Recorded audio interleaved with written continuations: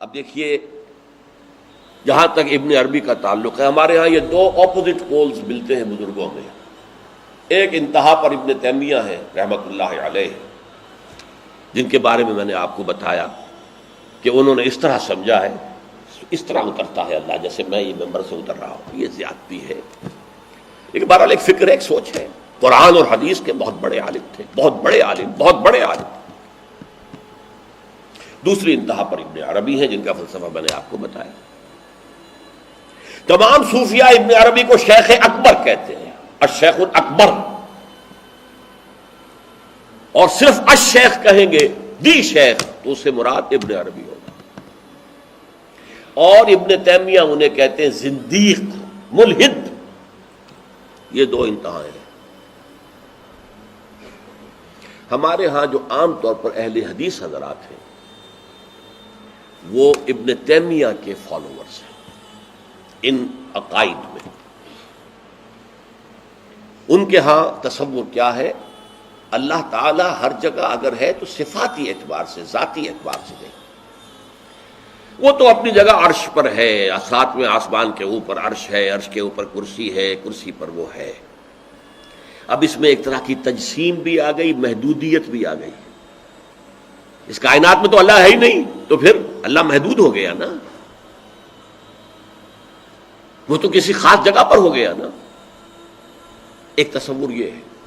اور عام آدمی یہ بھی سمجھے تو ٹھیک ہے، اسے یہ معلوم رہے کہ اللہ ہی رازق ہے، اللہ ہی خالق ہے، اللہ ہی مصیبت سے نجات دلانے والا ہے، اللہ ہی مشکل کشا ہے، اللہ ہی حاجت روا ہے، اللہ ہی، یہ بس اسے معلوم ہو، توحید مکمل ہو گئی. لیکن فلسفہ کچھ اور شے ہے، فلسفہ کچھ اور سوالات پیدا کرتا ہے. جیسے میں نے کہا ہے صفات ذات حق حق سے جدا یا عین ذات.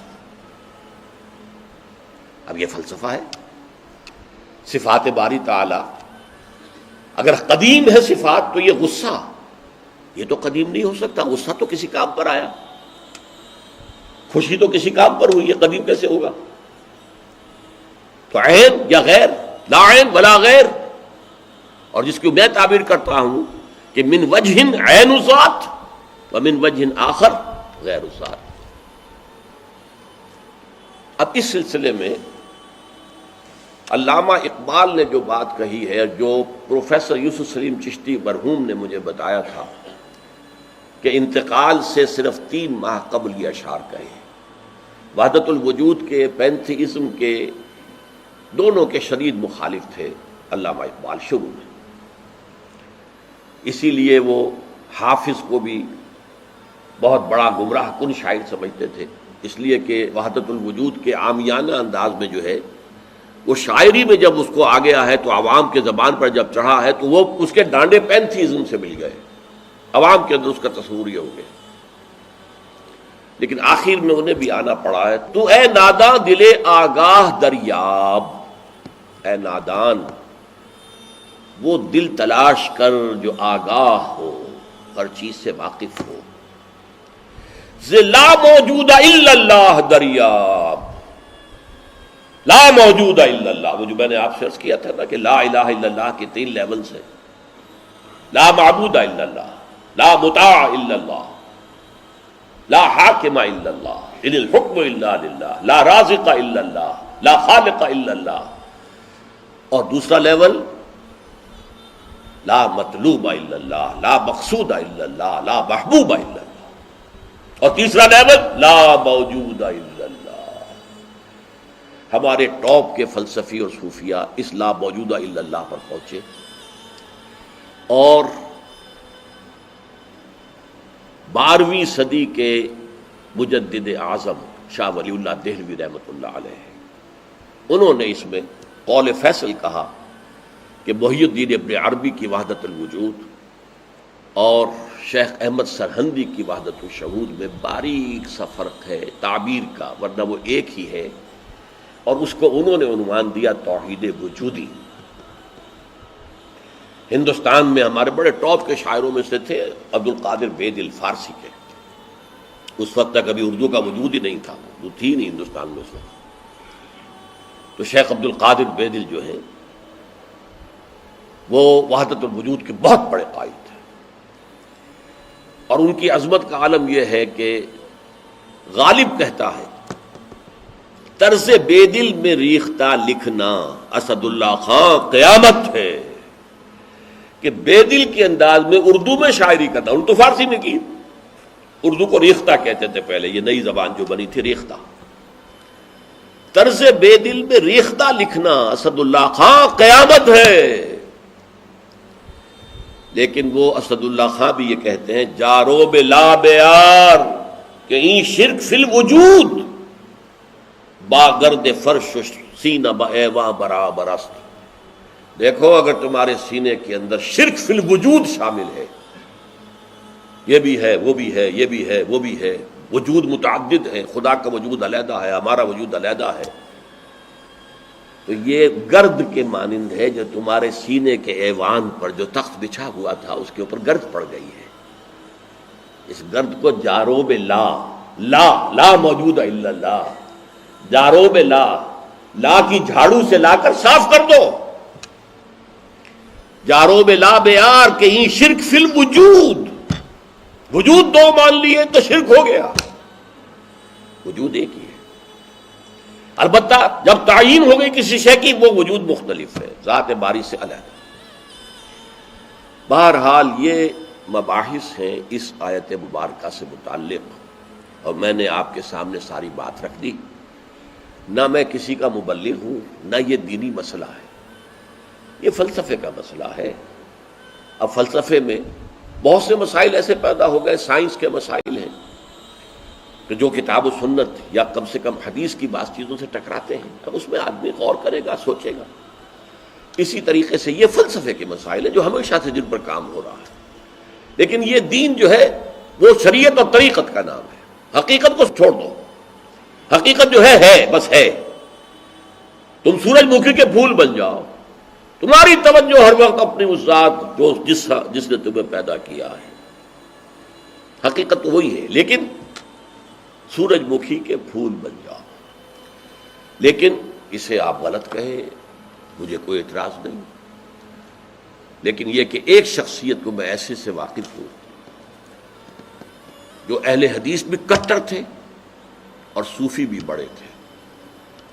یہ جو ہمارے ہاں مشہور ہے غزنوی خاندان، مولانا عبداللہ غزنوی آئے تھے اور وہ اپنے تصوف کی بعض آراء کی وجہ سے اور بعض اپنی اہل حدیثیت کی آراء کی وجہ سے افغانستان سے نکال دیے گئے تھے، غزنی سے نکال دیے گئے، تو امرتسر میں آ کر آباد ہوئے۔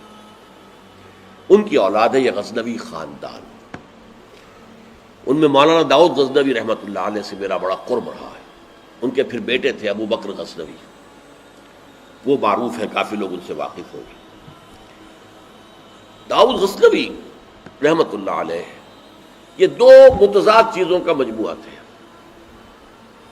تصوف بھی اور اہل حدیثیت بھی۔ عام طور پر اہل حدیث کی ساری توجہ ظاہر پر رہتی ہے، وہ باطن میں جانتے ہی نہیں، اندر نہیں جاتے، فلسفے سے کوئی تعلق ہی نہیں۔ لیکن فلسفہ اور تصوف یہ جڑے ہوئے آپس میں چولی دامن کے ساتھ۔ انہوں نے ایک دفعہ منٹگمری میں جو اب سائیوال کہلاتا ہے آ کر تقریر کی، اہل حدیث مسجد تھی، میں بھی گیا ہوا تھا سننے کے لیے۔ انہوں نے وہ اہل حدیث نوجوانوں سے کہہ رہے تھے کہ دیکھو تم اپنے مسلک پر قائم رہو، ہم غیر مقلد ہیں، ہم کسی کے مقلد نہیں ہیں، نہ ابو حنیفہ کے نہ مالک کے، لیکن کبھی بھی ان ائمہ کی توہین نہ کرنا۔ یہ ہمارے عام نوجوان جو کہتے ہیں ابو حنیفہ کو کیا پتا تھا، ابو حنیفہ کے پاس تو علم ہی نہیں تھا، ابو حنیفہ تو جو ہے علم حدیث میں کورے، یہ توہین کے الفاظ کبھی استعمال نہ کریں۔ اچھا، اس واعظ کے ساتھ انہوں نے مثال دی کہ دیکھیے شیخ محی الدین ابن عربی رحمۃ اللہ علیہ کے سب سے بڑے مخالف شیخ احمد سرہندی رحمۃ اللہ علیہ تھے، دونوں کے لیے رحمۃ اللہ علیہ کہا۔ میں حیران ہو گیا، یہ وہابی آدمی، کٹر وہابی اہل حدیث، اور یہ شیخ ابن عربی رحمۃ اللہ علیہ کہہ رہا۔ خیر میرے دل پر بھی اثر ہوا کہ بڑی وسعت ہے ان کے فکر و نظر میں۔ میری اہلیہ کے چچا تھے، ان کے ایک بیٹے، سب سے چھوٹے بیٹے یہاں مجمع میں موجود بھی ہیں، شیخ فضل الرحمان مرحوم۔ ان کے بہت گہرے تعلقات تھے یہ جو خاندان غزنوی خاندان سے. انہوں نے شام کو کھانے پر بلایا، مجھے بھی بلا لیا، میں ان کا داماد ہی تھا نا. تو وہاں میں نے کہا کہ حضرت آپ نے شیخ ابن عربی کے ساتھ رحمت اللہ علیہ کے الفاظ استعمال کیے، جبکہ ابن تیمیہ نے کوئی شرعی گالی چھوڑی نہیں ان کے لیے. زندیق، ملحد، اور آپ اہل حدیث ہیں، یہ کیسے ہوا؟ میں ان کی عظمت کا قائل ہو گیا، ان کی آنکھوں میں آنسو آ گیا.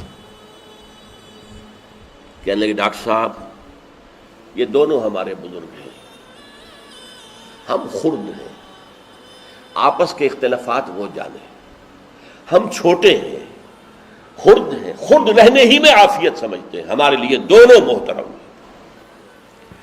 اور مسجد میں انہوں نے ایک مثال بیان کی تھی کہ شیخ احمد سرہندی رحمۃ اللہ علیہ نے شیخ ابن عربی کے بارے میں اپنے مکتوبات میں لکھا ہے، ما ذل بردار خان ایشانم لیکن چکنم معاملہ صفات باری تعالی است، کہ ہم شیخ ابن عربی کے دسترخوان کے جھوٹے ٹکڑے کھانے والوں میں سے ہیں. کون کہہ رہا ہے؟ مجدد الفسانی کہہ رہا ہے. ما ذل بردار خان ایشانم، ان کے دسترخوان کے سوکھے جوڑے ہوئے جھوٹے ٹکڑے کھانے والوں میں سے ہم ہیں.